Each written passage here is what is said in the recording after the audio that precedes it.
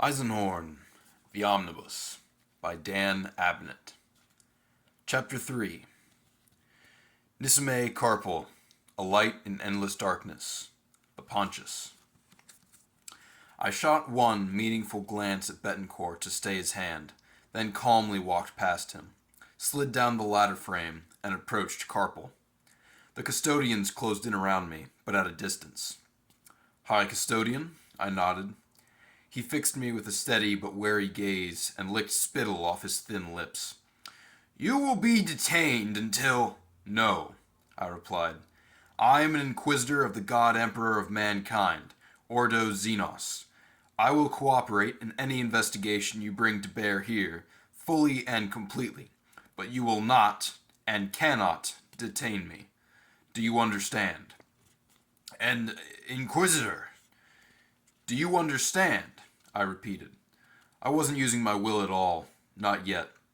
I would if I had to, but I trusted that he would have the sense to listen to me first. He could make things awkward for me, but I could make things intolerable for him. He seemed to soften a little, as I had judged. Part of his rage came from shock at this incident, shock that so many planetary nobles in his care had suffered. He was looking for somewhere to pin the blame. Now he had to temper with the idea that he was dealing with a member of the most feared institution in the Imperium. "Thousands are dead," he began, a tremor in his voice.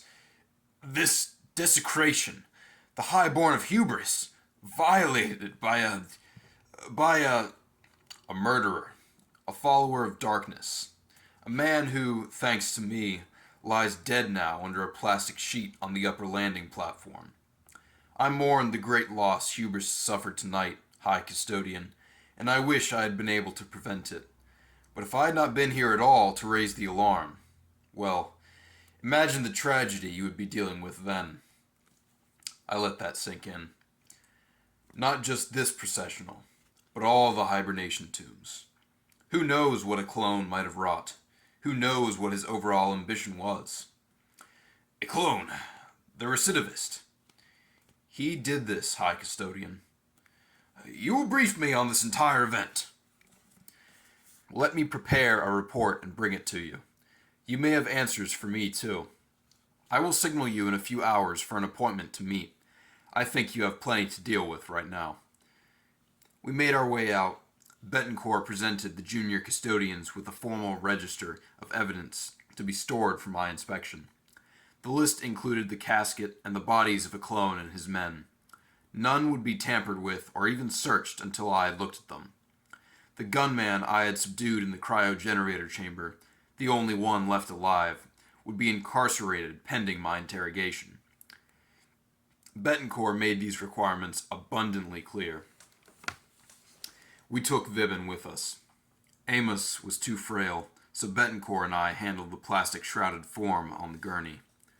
We left Processional 212 by the main vault doors into the biting cold of the constant night and carried Vibin down towards a waiting ice car, taking her through the hundreds of rows of corpses the custodians were laying out on the frozen ground. My band and I had deployed onto Hubris the moment we arrived. Such was the urgency of our chase. Now it looked like we would remain here for at least a week, longer if Carpal proved difficult. As we rode the ice car back to the landing cross, I had Amos make arrangements for our stay. During dormant on Hubris, while 99% of the planetary population hibernates, one location remains active. The custodians and the techno-magi weather out the long, bitter darkness in a place called the Sun Dome. 50 kilometers from the vast expanse of the dormant plains, where the hibernation tombs stand in rows, the Sun Dome sits like a dark gray blister in the ongoing winter night. It is home to 59,000 people, just a town compared with the great empty cities that slumber below the horizon line, waiting for thaw to bring their populations back. I stared out at the Sun Dome as the gun cutters swept us in towards it through wind-blown storms of ice. Small red marker lights winked on the surfaces of the dome and from the masts jutting from the apex. Betancourt flew, silent, concentrating. He had removed his tight-fitting gloves so that the intricate Glavian circuitry, set like silver inlay into his palms and fingertips, could engage with the cutter's system directly via the control stick. Amos sat in a rear cabin, poring over manuscripts and data slates. 2 independent multitask servitors waited for commands in the crew bay. The ship had 5 in all. 2 were limbless combat units, slaved directly to the gun pods, and the other, the chief servitor, a high-spec model we called Euclid, never left his duties in the engine room. Loink, my astropath, slumbered in his chamber, linked to the Vox and Pict systems, awaiting a summons. Vibin lay shrouded on the cot in her room. Betancourt swung the cutter down towards the dome. After an exchange of telemetry, a wide blast shutter opened in the side of the dome. The light that shone out was almost unbearably bright. Betancourt engaged the cockpit glare shields and flew us into the landing bay. The inside surface of the vast dome was mirrored. A plasma effect sun globe burned high in the roof of the dome, bathing the town below in fierce white light. The town itself, spread out beneath us, seemed to be made of glass. We sat down on the wide bay, a 20-hectare metal platform that overlooked the town. The surface of the platform gleamed almost white in the reflected glare. Heavy monotask servitors trundled out and towed us into a landing silo off the main pad, where pit servitors moved in to attach fuel lines and begin fundamental servicing. Betancourt didn't want anybody or anything touching the gun cutter, so he ordered Motto and Nilquit, our 2 independent servitors, to take over the tasks and send the locals away. I could hear them moving around the hull, servos whirring, hydraulics hissing, exchanging machine code data bursts with each other or with Euclid in the drive chamber. Amos offered to find accommodation for us in the town itself, but I decided a landing berth was all we needed. The gun cutter was large enough to provide ample facilities for our stay. We often spent weeks or months living aboard it. I went to Loink's small cabin under the cockpit deck and roused him. He hadn't been with me long. My previous astropath had been killed trying to translate a warp cipher 6 weeks before. Loink was a young man with a fleshy, unhealthy bulk hanging from a thin skeletal frame, his body already deteriorating from the demands of a psyker's life. Greasy implant plugs dotted his shaved skull and lined his forearms like short spines.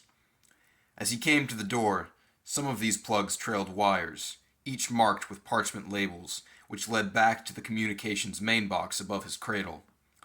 Thousands of cables spilled or dangled around his tiny cabin, but he instinctively knew what each one did and could set and adjust plugins at a moment's notice.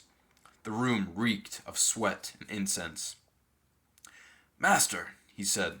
His mouth was a wet pink slit, and he had one lazy, half-hooded eye that gave him a superior air quite belying his actual timidity. "Please send a message for me, Loink, to the Regal Aquitaine." The Regal was a rogue trader we had employed to convey the gun cutter and ourselves to Hubris. His vessel awaited us in orbit now, ready to provide further warp passage. "Give Trademaster Gulquin my respects, and tell him we are staying for now. He can be on his way. There's no point in him waiting. We could be here for a week or more. The usual form, polite. Tell him I thank him for his service and hope we may meet again." Loink nodded. "I will do it at once." "Then I'd like you to perform some other tasks. Contact the main Astropathicus Enclave here on Hubris and request a full transcript of off-world traffic for the past 6 weeks. Also, any record of unlicensed traffic, individuals using their own astropaths, whatever they can make available. And a little threat that it is an Inquisitor requiring this data wouldn't hurt. They don't want to find themselves caught up in a major inquisition for withholding information." He nodded again. "Will you be requiring an auto seance?" "Not yet, but I will eventually. I will give you time to prepare." "Will that be all, Master?" I turned to go. "Yes, Loink." "Master," he paused, "is it true that the female Vibin is dead?" "Yes, Loink." "Ah, I thought it was quiet." He closed the door. The comment wasn't as callous as it sounded. I knew what he meant, though my own psychic abilities were nascent and undeveloped next to his. Loris Viven was a latent psyker, and while she had been with us, there had been a constant background sound, almost subliminal, broadcast unconsciously by her young, eager mind.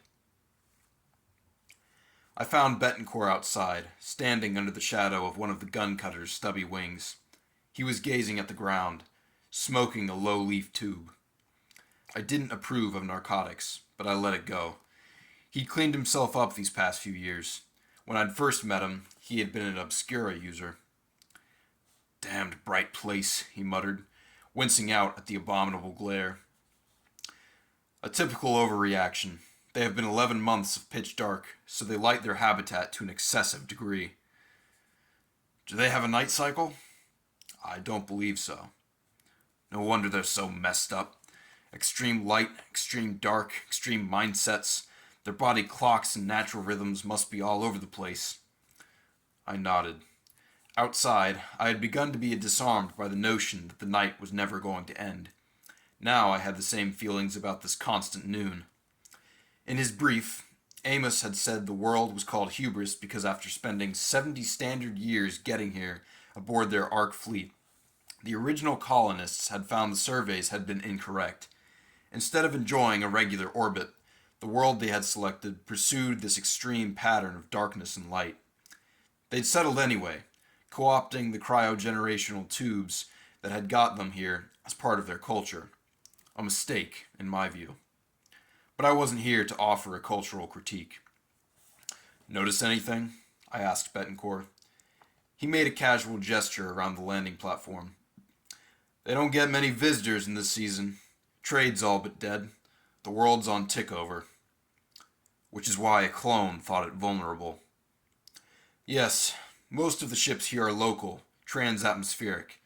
Some are for the custodians' use. The others are simply berthed up over dormant.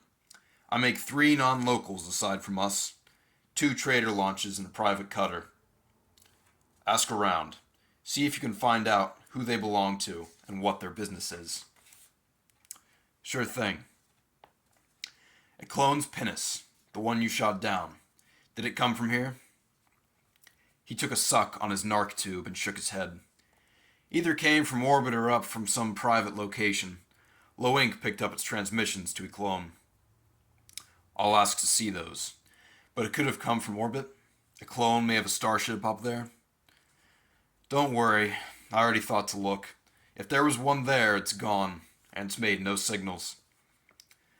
"I'd like to know how that bastard got here, and how he was intending to leave again." "I'll find that out," said Betancourt, crushing the tube stub under his heel. He meant it. "What about Viven?" he asked. "Do you know what her wishes were? She never mentioned anything to me. Did she want her remains sent back to Tornish for burial?" "You'd do that?" "If that was what she wanted." "Is it?" "I don't know, Eisenhorn. She never told me either." "Take a look through her effects. See if she left any testament or instructions. Can you do that?" "I'd like to do that," he said. I was tired by then. I spent another hour with Amos in his cramped, data slate-filled room, preparing a report for Carpel. I set out the basic details, reserving anything I felt he didn't need to know. I accounted for my actions. I made Amos check them against local law to prepare myself in case Carpel raised prosecution. I wasn't unduly worried about him, and in truth I was bulletproof against local legislation, but I wanted to check anyway. An Amalathian prides himself on working with the structures of imperial society, not above or beyond them, or through them as a monodominant might. I wanted Carpel and the senior officials of Hubris on my side, helping my investigation. When my report was complete, I retired to my room. I paused by Viven's door, went in, and gently placed the Scipio naval pistol between her hands on her chest, folding the shroud back afterwards. It was hers. It had done its work. It deserved to be laid to rest with her. For the first time in 6 years, I did not dream about a clone. I dreamed of a blinding darkness, then a light that refused to go away. There was something dark about the light. Nonsense, I know, but that was how it felt. Like a revelation that actually carried some grimmer, more profound truth. There were flashes, like lightning, around the edges of my dream's horizon. I saw a handsome, blank-eyed male, not blank-eyed like one of a clone's drones, but vacant like an immense, starless distance. He smiled at me. At that time in my life, I had no idea who he was. I went to see Carpel at noon the next day. It was always noon in the Sun Dome, but this was real noon by the clock. By then, Loink, Amos, and Betancourt had all dredged up new information for me. I shaved and dressed in black linen with high boots and a formal jacket of scaled brown hide. I wore my inquisitorial rosette at my throat. I intended to show Carpel I meant business. Amos and I descended from the landing platform superstructure by caged elevator and found yellow-robed custodians waiting to escort us. Despite the rancid white light all around, they still held ignited light poles. We made short, hard shadows on the dry rockreat of the concourse as we crossed to an open limousine. It was a massive, chrome-grilled beast with pennants bearing the hubris crest fluttering on its cowling. There were 4 rows of overstuffed leather benches behind the center-set driver's cockpit. We hummed through the streets on 8 fat wheels. The boulevards were wide and, needless to say, bright. To either hand, glass-fronted buildings rose towards the blazing plasma sun globe high above, like flowers seeking the light. Every 30 meters along every street, chemical lamps on ornate posts strained to add their own light to the brilliance. Traffic was sparse, and there were at most a few thousand pedestrians on the streets. I noticed most wore yellow silk sashes, and that garlands of yellow flowers decorated every lamppost. "The flowers?" I asked. "From the hydroponic farms on East Dome 7, one of the custodians told me. Signifying morning. "Same as the sashes," Amos whispered in confidence. "What happened last night is a major tragedy for this world. Yellow is their holy color. I believe the local religion is a solar belief." "The sun as emperor?" "Common enough. Extreme here, for obvious reasons." The custodial hall was a glass spire close to the town center, a solar disk overlaid with the double-headed eagle of the Imperium decorating its upper faces. Nearby was the local chapel of the ecclesiarchy, and several buildings given order to the imperial administratum. It amused me to see they were all built of black stone and virtually windowless. Those imperial servants stationed here obviously had as little truck as me with the constant light. We drew in under a glass portico and were escorted into the main hall. It was seething with people, most of them custodians in yellow robes, some local officials and technomagi, some clerks and servitors. The hall itself was of the scale of an imperial chapel, but raised in yellow stained glass on a frame of black cast iron. The air was full of golden light shafting down through the glass. The carpet was vast, black, with a sun disk woven into its center. "Inquisitor Eisenhorn," declared one of my escorts through a Vox hailer. The hall fell silent, and all turned to watch us approach. High Custodian Carpel sat on a hovering lifter throne with gilt decorations. A burning chemical light was mounted above the head of the floating chair. He swung in through the parting crowd towards me. "High Custodian," I said with a dutiful nod. "They're all dead," he informed me. "All 12,142. Processional 212 is dead. None survived the trauma." "Hubris has my sincere sympathies, High Custodian." The hall exploded in pandemonium, voices screeching and shouting and clamoring. "Your sympathies! Your damned sympathies!" Carpel screamed above the roar. "A great part of our ruling elite die in one night, and we have your sympathies to console us." "That is all I can offer, High Custodian." I could feel Amos shivering at my side, making aimless notes on his wrist slate about custom and clothing and language forms. Anything to take his mind from the confrontation. That's hardly good enough, spat a young man nearby. He was a local noble, young and firm enough, but his skin had a dreadful sweaty pallor, and custodians supported him as he stumbled forward. Who are you? I asked. Vernal Maypel, heir lord of the Dalawan cantons. If he expected me to fall to my knees in supplication, he was in for a disappointment. Because of the gravity of this event, we have roused some of our high-born early from their dormancy, Carpal said. Liege Maypel's brother and 2 of his wives died in processional 212. So the pallor was revival sickness. I noticed that 50 or more of the congregation present were similarly wasted and ill. I turned to Maypel. Liege, I repeat, you have my condolences. Maypel exploded with rage. Your arrogance astounds me, off-worlder. You bring this monster to our world, battle with him through our most sacred sanctums, a private war that slaughters our best, and you... Wait! I used my will. I didn't care. Maypel stopped as if stunned, and the vast hall rang silent. I came here to save you and deny Clone's plans. But for the efforts of myself and my companions, he might have destroyed more than one of your hibernation tombs. I broke none of your laws. I was careful to preserve your codes in pursuit of my work. What do you mean I brought this monster here? We have made inquiries, answered an elderly noblewoman nearby. Like Maypel, she was ailing with revival sickness, and sat hunched on a litter carried by slave servitors. What inquiries, madam? This long feud with the murderer Clone. 5 years, is it now? 6, lady. 6, then. You have hounded him here, driven him, brought him, as Liege Maypel said. How? We registered no off-world ship these past 20 days except yours, Eisenhorn, Carpal said, reviewing a data slate. The Regal Aquitaine. That ship must have brought him as it brought you. To finish your war here and damn our lives. Did you choose Hubris because it was quiet, out of the way, a place where you might finish your feud undisturbed in the long dark? I was angry by now. I concentrated to control my rage. Amos? Beside me, he was muttering. And what silicate dyes do they use in their stained glass manufacture?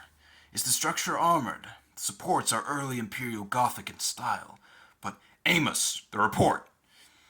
He started and handed me a data slate from his leather case.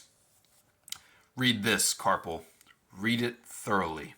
I pushed it at him, then snatched it away as he reached for it.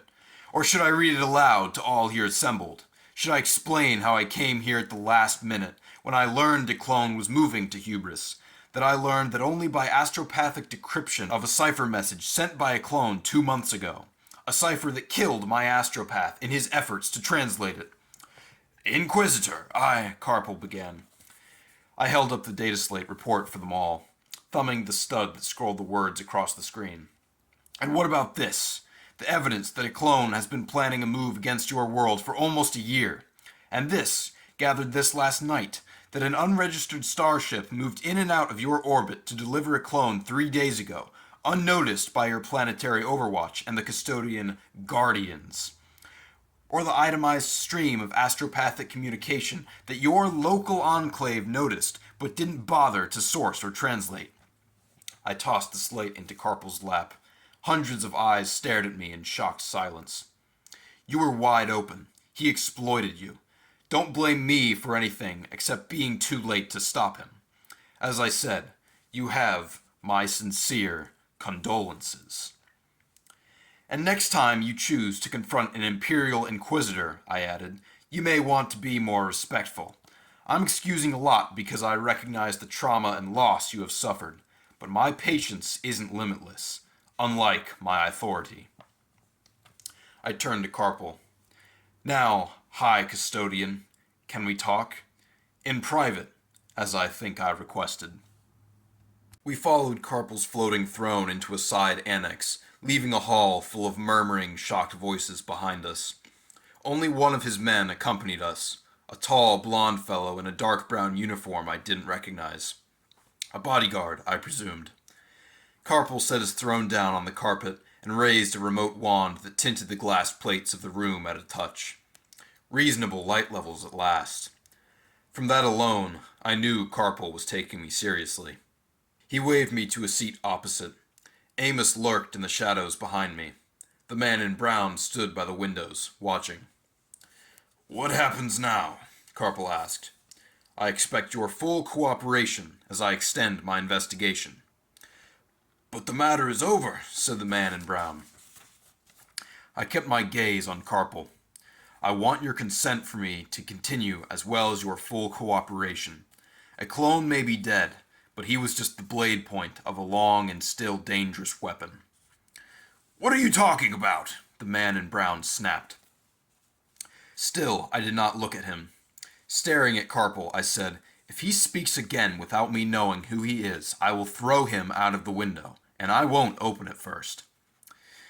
"This is Chasner Fishig, of the Adeptus Arbitus. I wanted him present." Now I looked at the man in brown. He was a heavy-set brute with a loop of shiny pink scar tissue under one milky eye.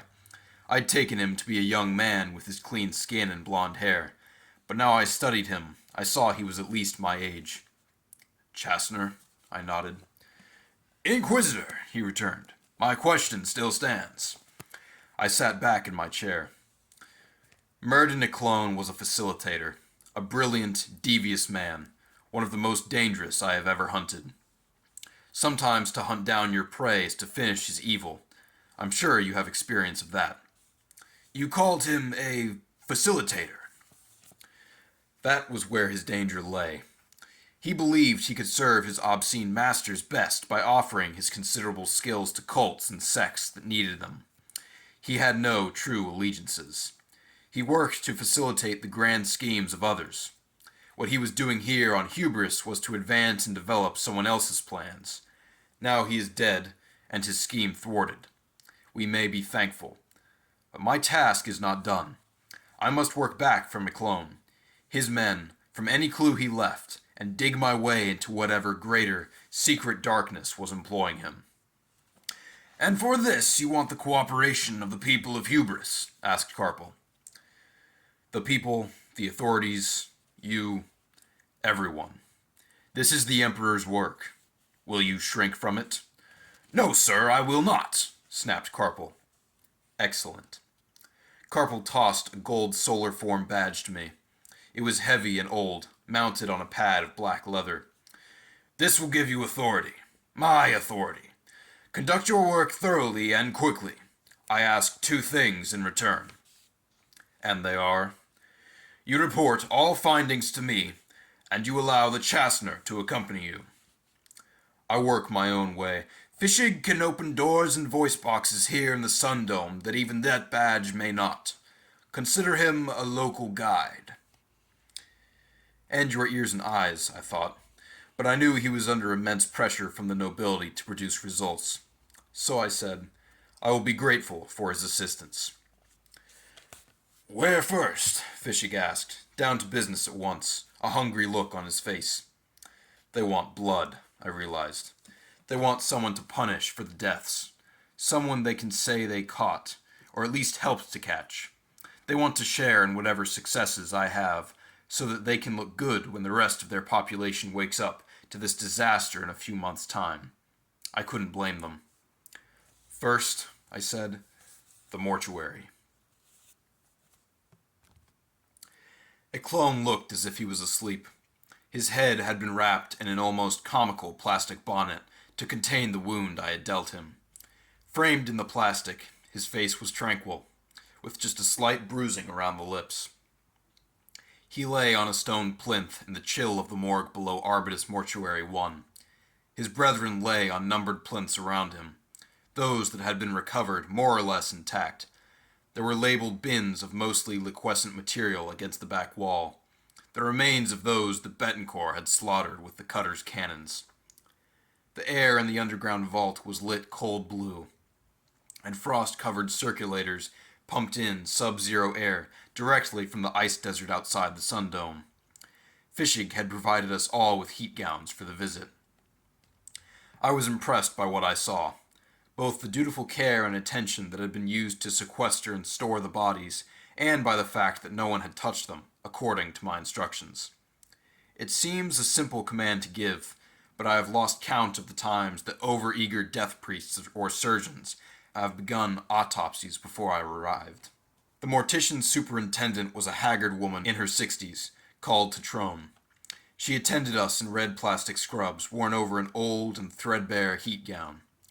Mortress Tatrone had a bionic implant in one eye socket, and blades and bone saw manipulators of gleaming surgical steel built into her right hand. "I have done as you instructed," she told me, as she led us down the spiral steps into the cold vault. "But it is irregular. Rules state I must begin examinations, prelim examinations at least, as soon as possible." "I thank you for your diligence, Mortress. I will be done quickly. Then you can follow protocol." Pulling on surgical gloves, I moved through the lines of dead. There were nearly 20 of them, dictating observations of Amos. There was virtually nothing to be learned from the men. Some I gauged from build and coloration to be off-worlders, but they had no documents, no surgical identifiers, no clue whatsoever about their origins or identities. Even their clothing was blank. Manufacturing tags and labels had been torn or burned off. I could begin a forensic investigation to identify the source of the clothing, but that would be a massive waste of resources. On 2 of them, I found fresh scars that suggested subcutaneous ident markers had been surgically removed. Ident marking was not a local practice, so that at least suggested off-world. But where? Hundreds of Imperial planets routinely used such devices, and their placing and use was pretty standard. I had carried one myself for a few years as a child, before the black ships selected me, and it was dug out. One of the corpses had a curious scarring on the forearms, not deep, but thorough, searing the epidermis. "Someone has used a melta-torch to remove gang tattoos," Amos said. He was right. Again, it was tantalizingly incomplete. I looked to a clone, where I thought my best bet lay. With the Mortress's help, I cut away his clothes, all of which were as anonymous as his followers' garb. We turned his naked corpse, looking for, well, anything. "There," Fishik said, leaning in, a brand mark above the left buttock. The Seraph of Laucus, an old chaos mark. A clone had it done to honor his Then masters 20 years ago. A previous cult, a previous employer. Nothing to do with this. Fishig looked at me curiously. "You know the details of his naked flesh?" "I have sources," I replied. I didn't want to have to tell the tale. Amanda, one of my first companions, brilliant, beautiful, and bold. She had found that detail out for me. She had been in an asylum now for 5 years. The last report I had received said she had eaten away her own fingers. "But he marks himself," Fishig added. "With each new cult he involves himself in, he carries their mark to show his allegiance." The man had a point, damn him. We looked. At least 6 laser scars on his body seemed likely to have been previous cult marks, burned off after he left those associations. Behind his left ear, a skin inlay of silver was worked in the form of the Bobo Chaotica. "This?" asked Tatrone, shaving the hair aside with her finger blades to reveal it. Old as before. I stepped back from the body and thought hard. When I'd killed him, he had been reaching for something on his belt, or so it had seemed to me. His effects? They were laid out on a metal tray nearby. His las pistol, a compact Vox device, a pearl-inlaid box containing 6 Obscura tubes and an igniter, a credit tile, spare cells for the gun, a plastic key, and the belt, with 4 buttoned pouches. I opened them one by one.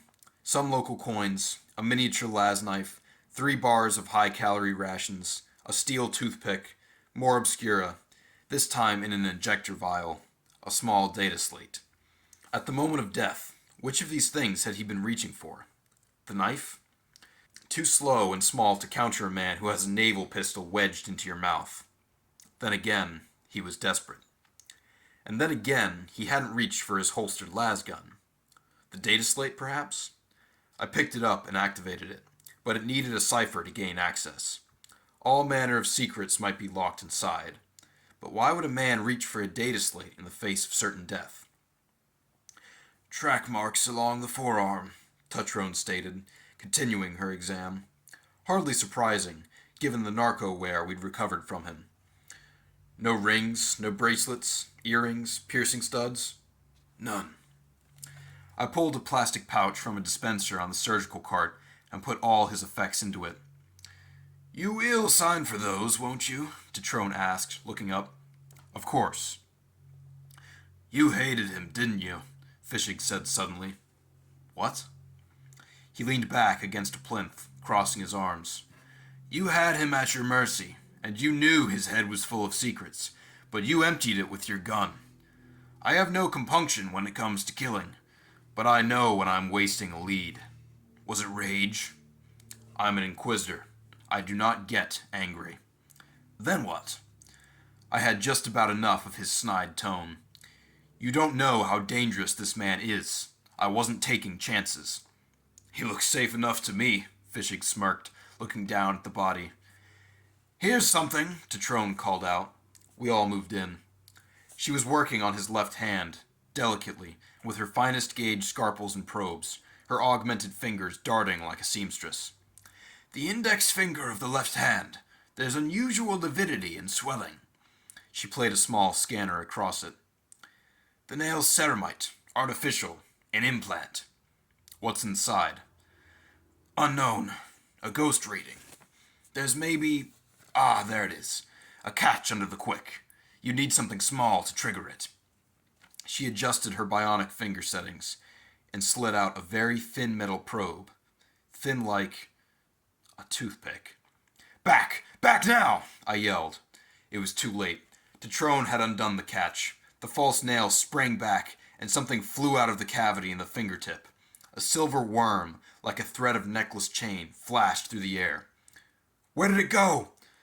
I don't know, I said, pushing Tutrone and Amos behind me. Did you see it? I asked Fishig. Over there, he said, pulling a short-nosed gloss-black auto pistol out from his robes. I reached for my own gun, then remembered I'd given it back to Vivin. I snatched up a bone knife from the trolley. The worm slithered back into the light. It was a meter long and several centimeters thick now. What foul sorcery had caused that expansion, I did not want to know. It was made of segmented metal, and the head was an eyeless cone split by a hissing mouth full of razor teeth. Tutrone cried out as it flew at us. I pushed her down, and the thing whipped across over us, hitting a corpse on a nearby plinth. There was a dreadful sucking, gnawing sound, and the worm disappeared into the corpse's torso through a jagged hole. The corpse vibrated and ruptured, filling the air with a foul mist of vapor. The worm swished up out of it and disappeared across the floor. By then, Fishig had opened fire and blasted the shattered corpse off its plinth. The worm was long since gone. Touch-activated mechanism, Amos was murmuring to himself. Very discreet. Probably of Xenos manufacture, a guard weapon, with some mass-altering system that expands it on contact with air and or release, hunting by sound. So shut up, I told him. I bundled him and Tutrone against the far wall. Fishig and I moved in parallel courses down through the plinth rows, weapons ready. It reappeared. By the time I saw it, it was almost on me, thrashing forward through the air on its metallic tail.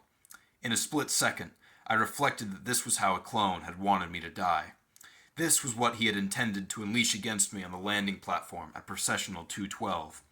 Rage made me deny him. I stabbed out, and my extended blade jabbed directly between the gaping teeth and down the gullet. The impact knocked me back. I found I had the whole heavy 2-meter thing thrashing on the end of my knife like a lash. Shots banged past me. Fishig was trying to hit it. You'll kill me, you idiot! Hold still!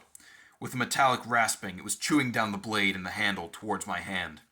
Tutrone came in from behind me, and together we wrestled the powerful, coiling thing onto a plinth. She activated a bone saw on her augmetic hand and sliced down through its neck with a shrill scream of spinning blades. The body continued to thrash. She grabbed it and dropped it into an acid trough, usually reserved for bio-waste. The hissing head and the knife it was still chewing away at quickly followed. The four of us gazed down at the thrashing remains as they disintegrated. I looked round at Mortress, Tatrone, and Fishig. "I know which one of you I'd rather have around in a fight," I muttered. Tatrone laughed. Fishig didn't. "What was it?" Amos asked me as we raced in Fishig's land speeder through the streets to the Arbutus headquarters. "You guessed more than I know," I replied. "A gift from his masters, certainly." "What manner of masters makes a thing like that?" "Powerful ones, Amos. The worst kind." Our meeting at the Arbutus grim chambers was brief. At my request, Fishig had summoned Magus Palastemus, the head of the cryogenerator Technomagi. He took one look at the casket in the evidence room and said, "I have no idea what it is." "Thank you. That will be all," I told him. I turned to Fishig. "Have this sent immediately to my vessel." "It is state's evidence," he began. "Who do you work for, Fishig?" "The Emperor." "Then pretend I'm him and you won't be far wrong. Do it." Hadam Bonds was waiting for us in the interrogation room. He had been stripped naked, but Fishig assured me nothing of import had been found in his clothes. Bonds was the gunman I had laid out in the cryogenerator chamber, the only one of a clone's men to have survived the night. His mouth was swollen from my blow. He had admitted nothing except his name. Fishig, Amos, and I entered the room, a dull stone box. Bonds was shackled to a metal chair and looked terrified. So should he, I thought. "Tell me about Murden a clone," I said. "Who?" The darkness had gone from his eyes now, a clone's spell broken. He was bewildered and confused. "Then tell me the last thing you remember." "I was on Thracian Primaris. That was my home. I was a stevedore in the docks. I remember going to a bar with a friend. That is all." "The friend?"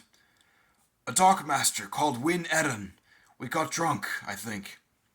"Did Eden mention in a clone?" "No. Look, where am I? These bastards won't say. What am I supposed to have done?" I smiled. "You tried to kill me, for a start." "You?" "I'm an Imperial Inquisitor." At that, terror made him lose control of his body functions. He began pleading, begging, telling us all sorts of misdemeanors, none of which mattered. I knew from the first moments that he was useless, just a mesmerized slave, chosen for his muscle, knowing nothing. But we spent 2 hours with him anyway. Fishig slowly turned a wall dial near the door that vented in increasing measures of the sub-zero air outside the dome. In our heat gowns, we asked questions over and again. When Bonds' flesh began to adhere to the metal chair, we knew there was nothing more. "Warm him up and feed him well," Fishig told his men as we left the cell. "We execute him at dawn." I didn't ask if that meant some arbitrary time in the next cycle, or real dawn 6 months away, at the start of thaw. I didn't much care. Fishig left us to our own devices for a while, and I ate lunch with Amos at a public bistro almost directly under the Sundome. The food was sour, rehashed from freeze-dried consumables, but at least it was hot. Fountain banks projected walls of water around the edges of the bistro, so that the sun-globe light made rainbows that crisscrossed the tables and aisles. On this somber day of mourning, there were no other diners present.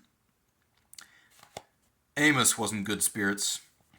He chatted away, making connections I hadn't begun to see. For all his faults, he possessed a superb mind. Every hour I spent with him, I learned more techniques. He was forking up fish and rice and reviewing his data slate. "Let's look at the transmission lag that Loink detected in the messages the clones sent and received while on the planet." "They're all in cipher. Loink hasn't unlocked them yet." Yes, but look at the lag. This one, 8 seconds. That's from a ship in orbit, and the time frame matches that period in which we know a clone's mysterious starship was here. But this, during your struggle with him last night, a lag of 12.5 minutes. That's from another system." I stopped trying to macerate a lump of meat that resembled a slug and peered over. I'd never much considered the blurry sidebar that edged all astropathic message forms before. 12.5. You're sure? I had Lowink check. So that gives us a reference frame. He smiled. Pleased I was pleased. 3 worlds in the picture. All between 11 and 15 minutes, lag of here. Thracian Primaris, Cobalt II, and Gudrun. Thracian Primaris was no surprise. That had been our last port of call, our last sighting of a clone. And, as far as we knew from the wretched bonds, the place where he had recruited some or all of his servants. Cobalt's a nothing. I checked. Just an Imperial watch station. But Gudrun. A primary trade world. Old culture.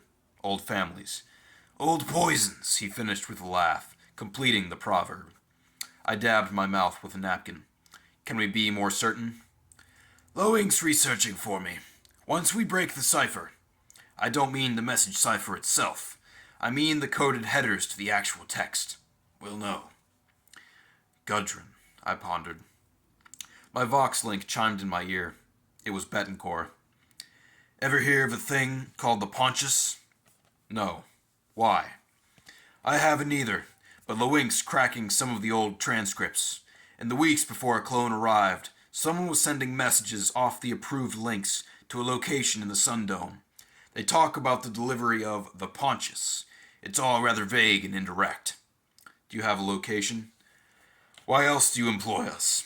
Thaw View, 12011, on the west side of the dome. The High Rent Quarter, Aristoturf. Any names? No, they're very exclusive and coy about such things. We're on it. Amos and I rose from the table. We turned to find Fischig standing there. He was wearing the full flak armor, carapace, and visored helm of an arbutus now. I have to admit, the effect was impressive. Going somewhere without me, Inquisitor? Going to find you, actually. Take us to Thawview.